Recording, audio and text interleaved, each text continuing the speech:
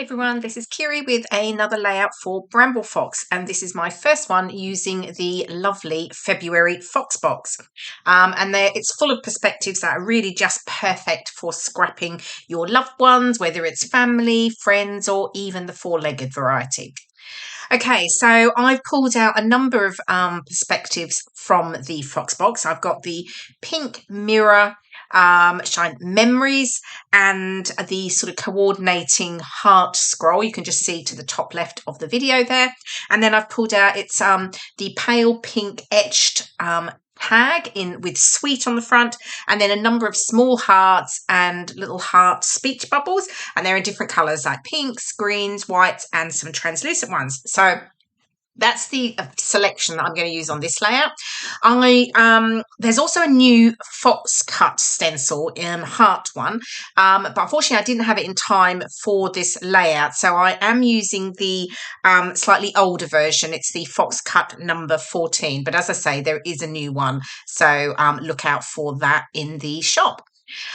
So what I've done here is I have pulled out the Pinkfresh Studio Happy Heart collection, and I had this sort of pattern paper with the frame, I guess like a recurring frames within it, and I decided to cut out some of those to create these squares that you see here and then layer them up. I've sort of done quite a few circle ones, so I figured it was probably time for a change, so I've gone with the squares, and then I'm just sort of working out where they're going to sit, and I'm going to have the top one just running off the top of the layout, and then I'm going to sort of fill in the background. And I've pulled out this pretty little floral here. I liked it because it had that sort of deeper pink in there, and I just felt that the colours, I just wanted a little bit of a brighter colour, and because it matched quite nicely with the colour of the memories perspective and also that little pink heart up the top there. So I thought it was just what it needed. So I'm backing this square, but it's not square anymore because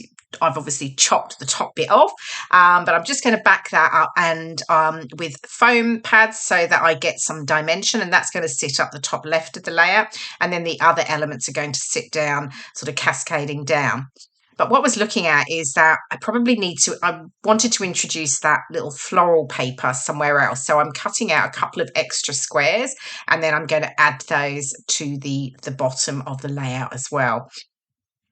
So I don't know what I'm doing here. I might be looking at some of the pattern papers actually. Yes, I am. I'm sort of figuring out what I'm going to back my photo with, because I feel like I need to back it with something, but not quite sure what. And I'm sort of going through all the colours here. I'm going backwards and forwards between just a sort of a soft floral to that quite bright yellow to this sort of pale blue, and just trying to here we go, back to the yellow again, but just trying to work it out. But I do stick with the sort of paler blue because there's a few, with some of the other elements I'm going to use, some of the pieces of ephemera and fussy cut elements, there's some soft blues, so I decided to pull that out and just add a small mount to my photo, just so that it sat up from the pattern pale pink frame underneath it. And here you can see I'm just sort of working out where those floral squares are going to go. I'm obviously distressing the edges like I did with all the pale pink squares. So and then I've trimmed that bottom square off so it runs off the edge of the layout. And then here's my title. I've pulled out some of the coordinating ephemera, lovely and happy, and I'm going to add that to the memories because I felt that was really nice actually. It worked well, and it sits nicely over the top of the photo and just sort of coming down, allowing the memories and that really pretty heart scroll to sit on the white, and it really pops from there. So now I'm just going to stick down the top piece onto my layout, just getting it nicely straight along that edge there, and then sort of working out where everything else is going. But I was looking at the background thinking, what am I going to do? And I do decide to obviously add a little bit of stenciling. Firstly, just working out this frame here. I'm adding some foam tape here just because I want that to sit up as well, and then the bottom squares will all sit flat layered over one another. So I'm just making sure that's right. And then before I stick it down, I realise I want to add some stenciling. And but what I want to do is make sure I know where the stenciling is going to go. So here we go. Here's the fox cut. As I say, it's number 14. It's slightly older version, but it's really pretty. It's got smaller hearts and the slightly larger ones. So I'm just going to use the smaller hearts. So what I'm just doing here is I'm just lightly drawing under the edges of each of these squares, because then I'll know where I want to add my stenciling. So I'm just getting that done, and then I can layer on the stenciling. And I'm just going to use like a white texture paste. I could have coloured it actually. I've sort of, you know, when you look at things now when I'm doing the recording and looking at this, I think, oh, I could have maybe coloured it and added pink hearts. But anyway, I didn't. I stuck with white, and it just adds a little bit of texture to the background. So, you know, taking it away from being just completely flat. And here we go, just using my little spatula tool to just add, sorry, it's a bit glary at the top there, so you can't see that one as well, but you'll be able to see the bottom areas here. So I'm just adding a little bit just to the sort of edges, so it pops out from under the squares. There you go. And you get a really nice, pretty little effect with that layers. I sometimes forget to use some of the stencils with the texture paste. I use them with the oxides, but actually the texture paste is really nice when you want just a little bit more dimension versus it being just flat. And as I say, you could, of course, colour up some of the texture paste as well, so it coordinates. Just pulling off some of the little bits there that I caught on the edge. Apologies if my voice is a little bit, I've got a cold. I've managed all Christmas without suffering, and I know lots of people had colds for weeks and things like that, and I've been completely fine until last night, when I really start to feel, I think I'm coming down with something. So apologies if I sound a bit snuffly. Okay, so I've got the hearts there. All the texture paste background is now dry, so I can start to get everything stuck down.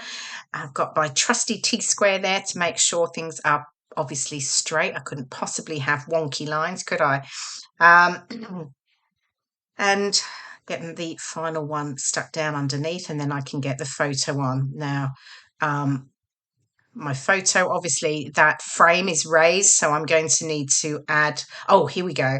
Of course, I've got to lift the edges and just add some extra texture, because I obviously distressed the edges to start with, but now I'm just really giving a lift, and you can really see the difference actually once I start doing that on how it looks.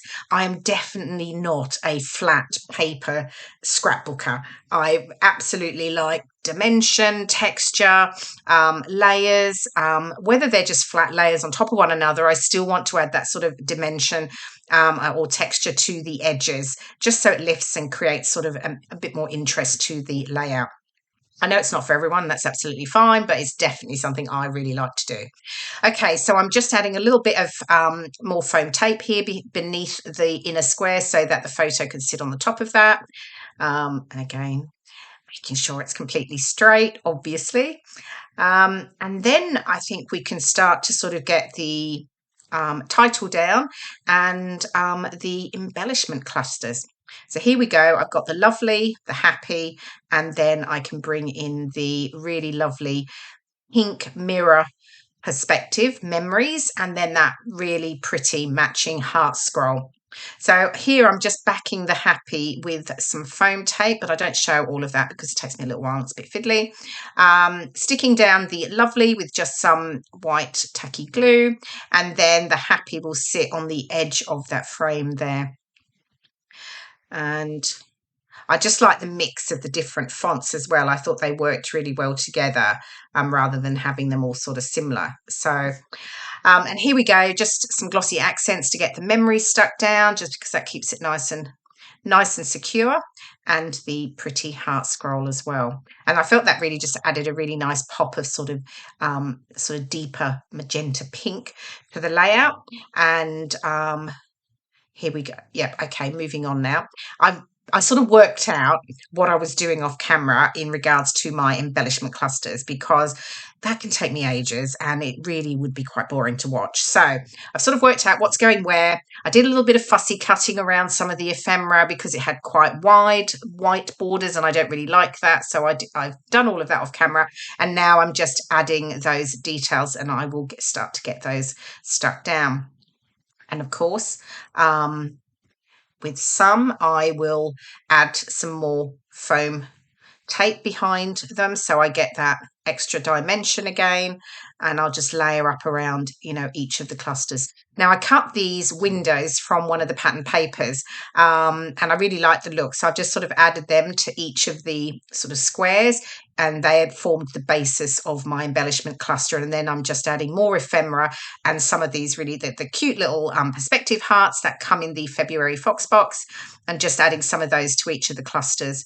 And there's that little pretty cute green heart speech bubble there. There's two of those, one at the bottom, you can see one at the top. More foam pads behind the back. Now I just use like A4 sticky back foam, and then I just cut it up and trim it to whatever size I want. I used to use the little foam pads, but I can't think who it was actually using it, and I was just like, I'm going to try that, and I've sort of used it ever since. I just find it works really, really well for me. So it's just A4, as I say, sticky backed foam that I can cut up and use as I need. You just saw me there. I'm lifting the edges of those windows again, just a little bit of making sure that they're not completely flat. Again, it's just that sort of dimension that I'm getting. Okay, so we're nearly there. We're getting these last ones down. So I hope you've liked seeing my process video. These are really, really lovely perspectives, and there's quite a few others as well. So I've got another 2 layouts that you'll see later in the month, using some of the other perspectives, and they're really pretty. There's love, there's authentic, there's adorable, and there's some other little tags, and some cute little letters, little envelopes, I should say, with hearts and that. So just perfect really for scrapping photos with your loved ones, family, friends, etc. So look out for that. Here we go, fiddling around with those little hearts, trying to work out where I'm going to put them, but I'm nearly there. Okay, so a little bit more done off camera. I've added the sort of magenta thread to through the sweet tag at the top there. I thought it sort of echoed the memories at the bottom right. Felt like it needed a little bit more of that bright pink up the top, and I really like how that looked. And then I'm just taking some of my Cambella watercolours, again in that sort of deeper slight pink, and just adding a few little fine splatters around some of the clusters here. And I think I'm almost done. That's pretty much it. I do add some journaling, but I completely forgot, and I did all my photos and then added my journaling afterwards. So you won't see it in the photo, but I do add some journaling to the layer as well. And here are the close-ups. There's that really pretty pink mirror memories, the sweet tag, and some of the hearts and speech bubbles. So I hope you've enjoyed the process video. Thank you so much for watching, and I will see you in my next process video very soon. Thanks for watching. Bye for now.